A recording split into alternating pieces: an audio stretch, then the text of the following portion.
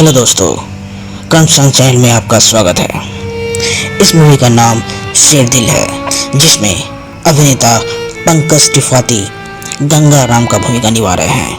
ये फिल्म गंगा राम के बारे में है, जो एक बाघ द्वारा मारे जाने की योजना बनाता है ताकि उसका परिवार और गांव एक सरकारी योजना के माध्यम से उसकी मृत्यु के लिए मुआवजे का दावा कर सके। इसका सबसे दिलचस्प पहलू यह है कि सुजीत मुखर्जी की फिल्म शेरदिल वास्तव में वास्तविक घटनाओं पर आधारित है। 2017 में पुलिस अधिकारियों ने कुछ ग्रामीण पर बाघ के लिए बुजुर्गों का चारा के रूप में स्थापित करने का आरोप लगाया ताकि वे अपनी मौत का मुआवजा ले सके। बाद में ग्रामीण द्वारा माना गया कि बड़ों ने वास्तव में इसके लिए स्वेच्छा से काम किया ताकि उनके परिवार गरीबी से बाहर आ सके। इस मूवी की शुरुआत गंगा राम के एक सरकारी कार्यालय में जाने और अधिकारियों से किसी योजना के लाभ के लिए पूछने के साथ होती है। जिस तरह ये सरकार गरीबों के लिए दीर्घकालीन समाधान प्रदान करने के बजाय लगातार उनके लिए योजनाओं को तिनके के रूप में पेश करती है। गंगा राम झुंडाओ गांव का एक सरपंच उर्फ प्रमुख है। गांव एक जंगल के बाहरी इलाकों में स्थित है और जंगली जानवरों के खेतों में भटकने और फसलों को नष्ट करने के कारण ये गांव वाले कुछ समय से पीड़ित हैं। जहां तक कि किसान की बात है तो वे पूरी तरह फसल पे ही आधारित होते हैं और वो सारे फसल जानवरों के द्वारा नष्ट करने के बाद किसान भूखमरी का शिकार बन रहे थे। गंगा राम यह पता लगाने चाहते हैं कि ग्रामीण के लिए कोई राहत कोष है या नहीं। अधिकारी गंगा राम को सिर्फ प्रधानमंत्री राहत कोष के लिए आवेदन करने के लिए कहते हैं। पता चलता है कि यह एक लंबी नौकरशाही प्रक्रिया होने जा रही है और उसे इसमें ज़्यादा विश्वास नहीं है। और जब गंगा उदास होकर उस जगह से निकल रहा होता है तो उसे एक नोटिस दिखाई देता है जिसमें लिखा होता है कि अगर किसी व्यक्ति को बाघ ने मार डाला तो उसके परिवार को राहत के रूप में 10 लाख रुपए दी जाएगी। जब गंगा राम घर लौटता है तो वह अपनी पत्नी से कहता है कि उसे एक बहुत बड़ी बीमारी हो गई है। जब वह शहर गया था महेश के पास तो उसे जोर की खांसी हुई और बहुत सारा खून निकल आया और जब वह डॉक्टर के पास चेकअप के लिए गया तो पता चला कि उसे कैंसर है और वो भी 4th स्टेज। और गंगा राम सिर्फ 3 महीने का मालिक है। ये सब सुन गंगा राम की माँ और पत्नी रोने लगती है। अगले दिन गंगा राम अपने विचार को गांव वाले के सामने रखता है और बोलता है अगर 10 लाख सरकार से मिल जाए तो हमारी गांव की समस्या खत्म हो जाएगी। इसके लिए हम में से किसी को मरना होगा, लेकिन मरने के लिए कोई तैयार ही नहीं होता। तो गंगा राम बोलता है मैं वैसे भी 3 महीने का मालिक हूँ, जीते जी तो कुछ कर नहीं पाया, अब मरने के बाद गांव की समस्या खत्म हो जाएगी, मैं मरने के लिए तैयार हूँ। गंगा राम कहता है कि वो जंगल जाएगा और बाघ द्वारा मारे जाने के बाद मेरे शव को मेरे खेत में लाकर रख देना। इस तरह से यह साबित हो जाएगा कि बाघ ने हमें मार डाला और बाद में उसी राशि से हमारी गांव की समस्या दूर हो जाएगी। गंगा राम ने अपने गांव की भलाई के लिए शहीद होने का योजना बनाई। उनकी पत्नी पूरी तरह से इसके खिलाफ थी, लेकिन गंगा राम यह कहकर मान लेता है कि कैंसर से मरने से अच्छा है कि बाघ मुझे खा ले। कम से कम हमारे बाद हमारी आने वाली पीढ़ी तो खुशी से रहेगी। ठीक उसी तरह जैसे कि हमारे देश की सेना अपनी जान की परवाह किए बिना हमारे देश की रक्षा करती है, हम वही कर रहे हैं अपने गांव के लिए। गंगा राम जंगल जाता है, लेकिन बाघ को खोजने में उसे कम सफलता मिलती है। उसे कई तरह की परेशानियों का सामना करना पड़ता है, जैसे खाने की समस्या, रहने की समस्या। एक विशेष रात जब वह पेड़ पे सो रहा होता है तो उसे एक तेंदुआ अपनी ओर आते हुए दिखाई देता है। गंगाराम केवल बाघ के हाथों मरना चाहता था, तभी उसे राशि मिल पाती।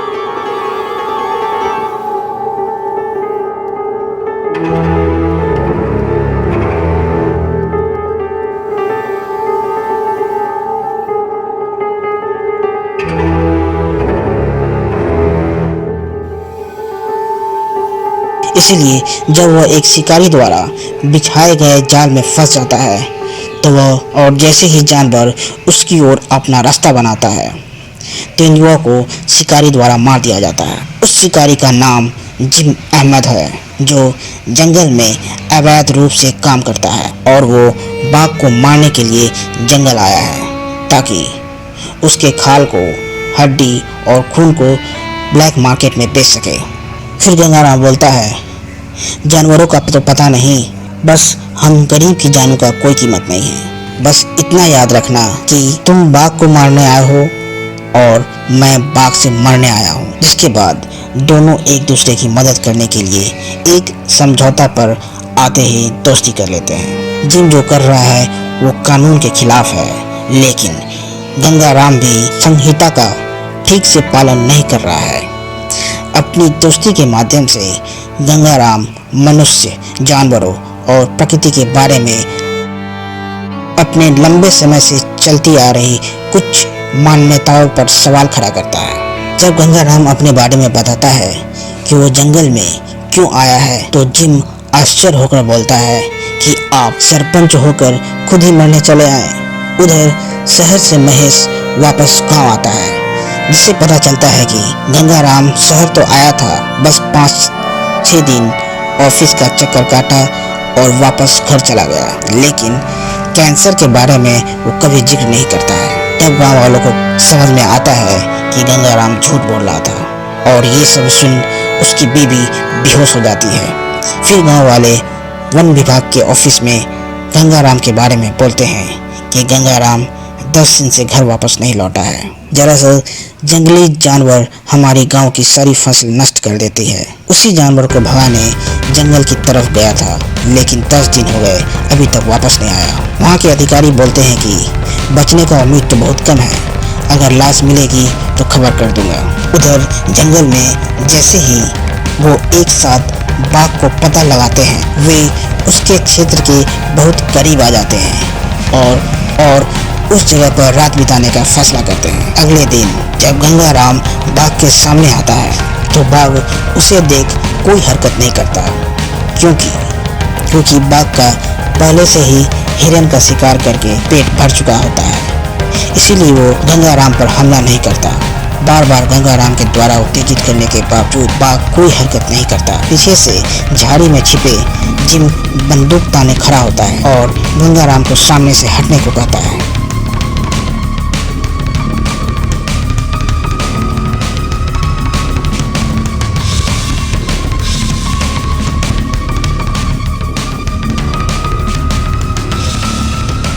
कि तभी एक गोली की आवाज़ सुनाई देती है, जिससे बाघ भाग जाता है। यह गोली एक पुलिस अधिकारी की बंदूक से थी, जिसे देख जिम वहां से भागने लगता है। जिसे पुलिस रुकने को बोलती है, लेकिन जिम नहीं रुकता और फिर अधिकारी जिम को गोली मार देता है और गंगाराम को शिकारियों के साथ सांठगांठ होने के संदेह में गिरफ्तार कर लिया जाता है। यहीं पर गंगाराम ने न सिर्फ एक दोस्त खो दिया, बल्कि अपने गांव को बचाने का एकमात्र तरीका भी खो दिया। गंगाराम की गिरफ्तारी के बाद जब उसे अदालत में पेश किया जाता है तो वह जज को असली कारण बताता है कि वह जंगल में क्यों गया। गंगाराम बोलता है, साहब, अगर किसी ने हमारी बात पहले ही सुन ली होती तो इतना बड़ा कांड नहीं होता।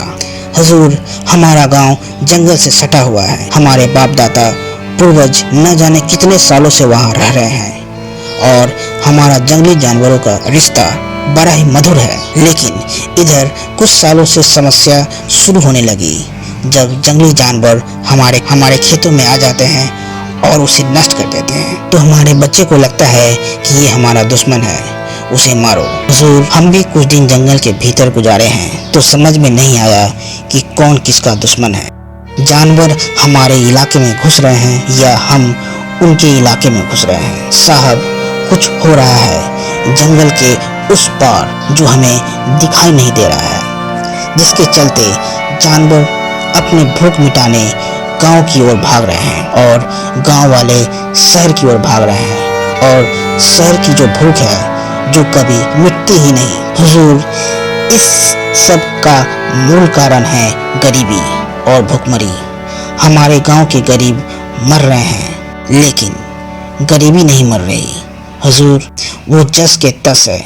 हुजूर, हम आपसे विनती करते हैं कि जिस तरह से सरकार ने बहुत बड़ा अमला झमला बनाया है, बहुत सारे लोगों को काम पर लगाया है जानवरों को बचाने के लिए, उसी तरह से हम गरीबों के लिए भी एक रिजर्व फॉरेस्ट बना दीजिए, नहीं तो हम लोग भी विलुप्त हो जाएंगे। हम गरीबों की अतरियां आंखें निकाल कर हमें म्यूजियम में रख दिया जाएगा और बोलेंगे, ये देखो झुंडवा गांव का गरीब गंगाराम। आप हमारे लिए भी रिजर्व फॉरेस्ट बनवा दीजिए। जैसे जानवर जंगल में रहते हैं वैसे ही हम लोग रहेंगे। हम लोग नंगे रहेंगे, हमारे बीवी बच्चे सब नंगे रहेंगे। हमारे बच्चे धूल में लूट-पुट करेंगे। जानवर जैसे खाना खाते हैं वैसे हम लोग भी खाना खाएंगे। हमारी बीवी हमारे बच्चों को दूध ऐसे ही पिलाएगी जैसे जानवर पिलाते हैं। पर्यटन लोग हमें देखने आएंगे, खूब मनोरंजन होगा साहब, खूब मनोरंजन होगा। आप चाहे तो फोटो भी निकाल सकते हैं, बस हमें एक रिजर्व फॉरेस्ट दिलवा दो। मुझे तो बहुत बड़ी सजा दो, क्योंकि मुझे अमर होना है साहब। जिसे इन सारी बातों को एक रिपोर्टर उनकी कहानी को कवर करता है, जिससे गांव की परिस्थितियों पर आक्रोश फैल जाता है, जिसने एक व्यक्ति को इस तरह के चरम उपाय करने के लिए प्रेरित किया। यह सभी समाचार इंटरनेट और सोशल मीडिया प्लेटफॉर्म द्वारा कवर किया जाता है और यह सब सुन जज गंगाराम को बाइज्जत बरी कर दिया। और हम ये मान सकते हैं कि झुंझुनू गांव को कुछ राहत योजनाओं से आच्छादित किया जा रहा है, जो अब राष्ट्रीय सुर्खियों में है। ब्रांड एंडोर्समेंट पाकर और एक किताब में अपनी यात्रा का दस्तावेजीकरण करके गंगाराम खुद एक सेलिब्रिटी बन जाते हैं। जैसा कि उन्हें जंगल में अपनी यात्रा को फिर से दिखाने के लिए ले जाया जा रहा है, ताकि उसे पर्यटकों के आकर्षण का केंद्र बनाया जा सके। गंगाराम कार को रुकने के लिए कहता है ताकि वो खुद हल्का हो सके। और जैसे कि वे कहते हैं, कभी कभी वास्तविकता कल्पना की तुलना में अजनबी होती है। जैसे ही गंगाराम हल्का होने जंगल की तरफ जाता है, बाघ उस पर हमला कर देता है, जो कि अब गंगाराम बिल्कुल भी नहीं चाहता था। जब वो बाघ द्वारा मरना चाहता था तो बाघ ने उसे कुछ किया नहीं, लेकिन अब इसी के साथ इस मूवी का द एंड हो जाता है। इस मूवी से आप क्या समझते हैं, क्या सीखते हैं, इसके लिए आप कमेंट जरूर कीजिएगा। अगर आपको ये मूवी अच्छी लगी हो तो इसे लाइक और सब्सक्राइब जरूर कीजिएगा। धन्यवाद।